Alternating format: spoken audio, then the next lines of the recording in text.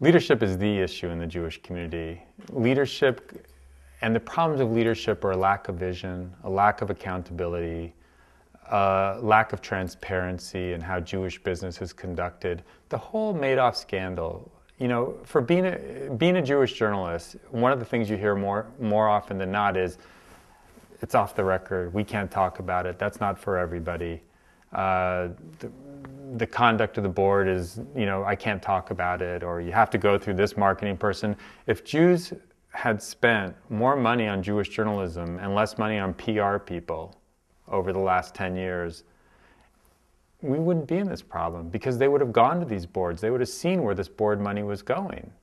The example, which of course is not exactly parallel because it's such a worse crime, was I have a friend who edits a Catholic paper, which is owned by the Archdiocese. All the Catholic papers are, except for there's one that isn't.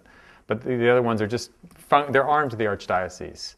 And they're very clear what they're allowed to report on, what they're allowed to not report on. And one of the things they're not allowed to report on, of course, was the child abuse scandals in the Catholic Church.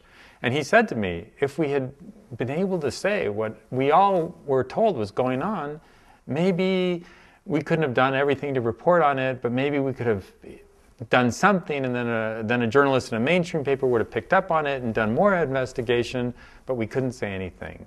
And so this scandal and these crimes and this agony and these tragedies perpetuated. And I think in a smaller scale, the same thing happened with Madoff. The leadership has to open up. The activities of boards have to become more transparent. I think they need to put everywhere that your endowment money is invested, it has to be listed on the internet. I don't see why not. It's your money. We want to know how it's spent in the community. Why can't we see how it's invested in the markets? But the bigger issue is, I think there's just a lack of imagination. The people who tend to be leaders in the Jewish community are the people that buy themselves that role. And just because you have money doesn't mean you're a great leader. It means you're great at making money usually, sometimes not even that. But it doesn't mean you're a great leader. It doesn't mean you have the background, the education, the vision the leadership requires. Now, there are some great leaders who also happen to be very wealthy and very generous. But I think we've too often and too long equated leadership with donations.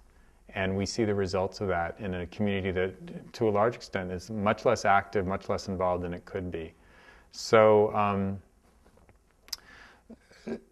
I'd like to see the Jewish community, and in places like Los Angeles, where there's something called the Professional Leaders Project, and there's other projects that develop leadership among young people, whether they're rich or not, and do it based on Jewish text and based on Jewish learning. I think those are great programs, and we need more of those all around the country. My sense is there's a new generation of Jewish leaders trained by Wexner, trained by PLP, trained by other projects that might indeed break this mold and lead to a better generation of Jewish leaders. That's what I'm hoping for.